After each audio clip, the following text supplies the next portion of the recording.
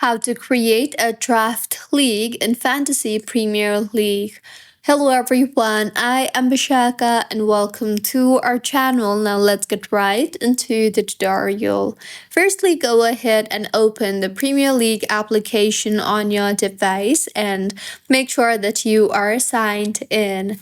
Now, tap on the Fantasy option from the bottom toolbar of your screen, and here you will see the option for draft on top of your screen.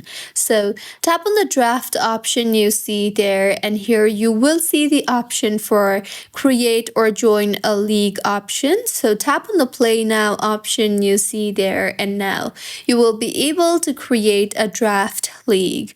So, you can simply tap on the create a private league option you see there in order to create a league, and now go ahead and select your team name and then select your favorite team.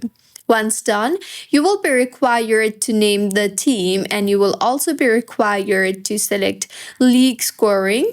You will also be required to select minimum teams for your account, and you will also be required to select maximum teams.